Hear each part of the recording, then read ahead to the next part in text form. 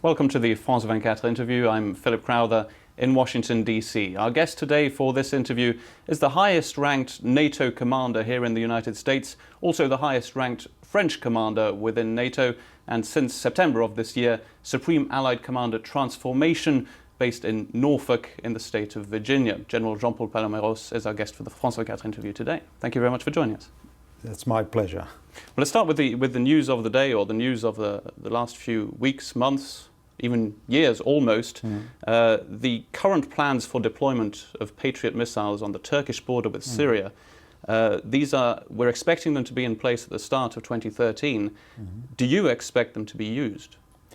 Well, this is part of the defensive measures that NATO has taken according to the Turkish requirement. Turkey is a full member of NATO, and this is a protective, defensive measures to protect civilians, to protect troops, to protect Turkish assets, and that should be in place by the beginning of 2013. I know it's not your role to look into the crystal ball, but considering how things have gone in Syria, and considering that President Bashar al-Assad is still in power, do you expect there to be some kind of military intervention in Syria by NATO member countries? Well, you know the situation there. NATO has three missions. First and foremost is the collective defense. Second mission is about cooperation and security. And the third mission is crisis management. And NATO can be involved in crisis management upon a decision of the UN Security Council.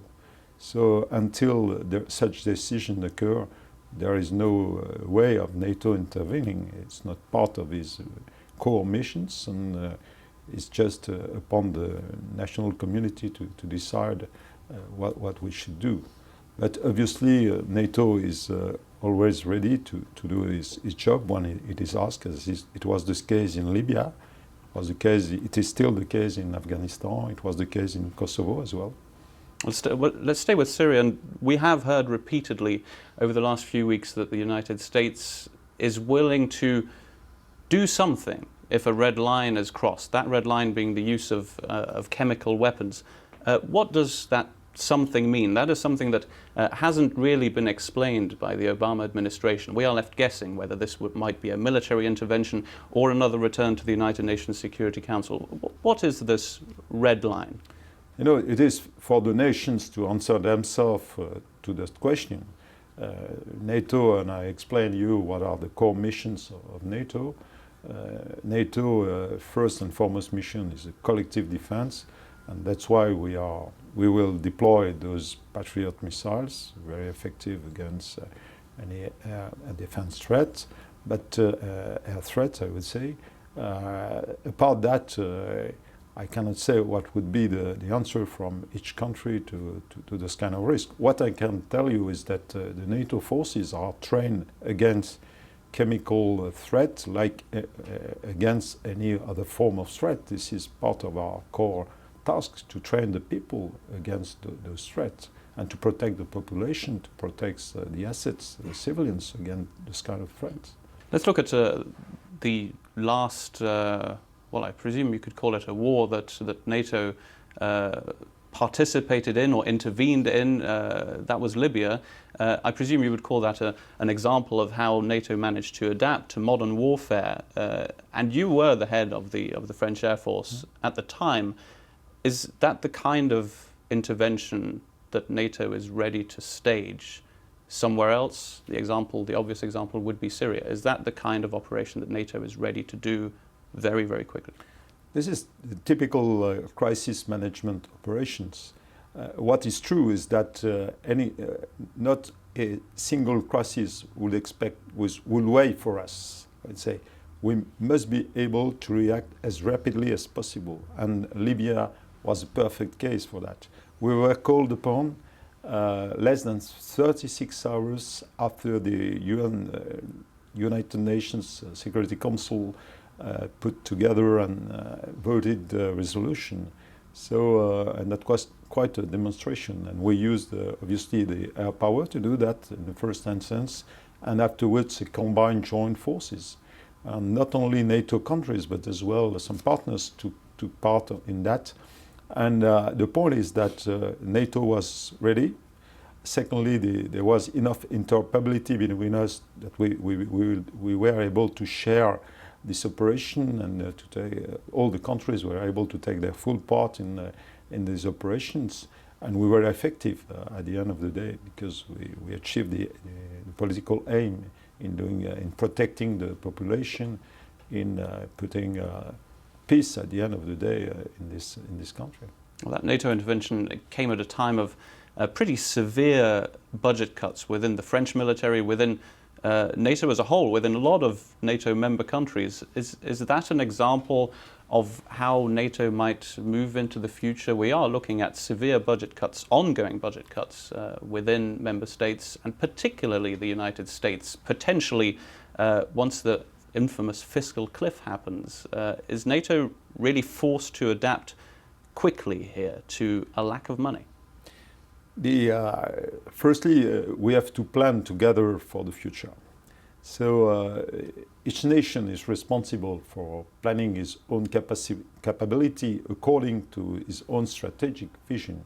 But here in NATO, and more especially in Allied Command Transformation, we are responsible to give our best military advice about the coordination of all those capabilities. And that was the case in Libya, which demonstrated that NATO has major strengths, but some weaknesses as well. For instance, most of the air refueling was provided by US assets, and that's where European nations are willing now to develop more air refueling capability. This was just an example. We need more and more information, more intelligence, so we really have to focus on how to develop joint intelligence, surveillance and reconnaissance. Those are major projects, and we have to do that under real constraints, budget constraints. Could we achieve more? We hope that we could be better. We could develop what we call a smart defense, smart projects, to make sure that we get the best out of the assets that we have, that we will have in the future, to make sure that the defense efforts are coordinated enough that we can achieve that in the best way. But we won't do much more with less. That's for sure. We can do the better that could be achieved in close coordination, close cooperation, including with the European Union. But actually, that will come to an end if the defense budget reduces too much. So we are quite cautious about getting a balance, I would say, proportionality between the budget on the one hand and the outcomes on the other hand. Well, we're looking at potentially drastic defense cuts within the United States defense budget if the United States goes down the fiscal cliff. This is conversation subject number one here in Washington, D.C. I presume also in your conversations with people here in the U.S. Capitol. Is this a major worry for you, that money could drop drastically within the Pentagon? And is this a conversation you're having with them? Well, we cannot live in an hypothetical perspective. We have to take into account the reality. And the reality will be decided by the President of the United States, Congress, and I'm sure they will come to an end where they will stabilize the situation, because they know how much they count into the NATO balance of forces, and according to their own strategy. So I'm sure they will find solution. The truth is that we have really to work together to make sure that we get the best out of the money which would be available. And this is really our aim today, to be smarter, to try to work more closely within the overall the alliance as a whole, including obviously all the partners, and trying certainly to answer to the future challenges which are very high. Let's talk a little bit about Afghanistan now. Major NATO operation, slowly but surely coming to an end, with the US having set a end withdrawal date for combat troops and for troops as a whole, and French combat troops having now left Afghanistan before a date set by NATO. How does NATO move on from this?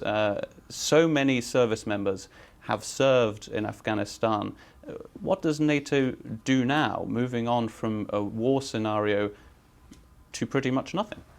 In Afghanistan, we have had almost 10 years of permanent presence of NATO, different in natures depending on the objectives. Nowadays, we see a redeployment of NATO forces. That doesn't mean that NATO won't have a responsibility in training and support for the future. This is the first point. Second point is about the redeployment itself. It needs a lot of efforts to redeploy all these forces. It is, I think, the only, but the Second World War, D-Day, most important logistic operations that we have seen during the last decades. So it's a huge logistic operation. But in Afghanistan, we have gained a lot of interoperability. We have trained the forces as well to work together. So we have to capitalize on that. We have to keep the interoperability at the best to face the future challenges. And this is part of our role here in Allied Command Transformation, to train collectively all the countries together, all the services together, to make sure that they will be up to the future challenges. Well, thank you very much for being our guest on the France 24 interview today. That was Jean-Paul Paloméros, Supreme Allied Commander Transformation within NATO in Norfolk, Virginia. Thank you very much for watching this interview, and please do stay tuned to France 24.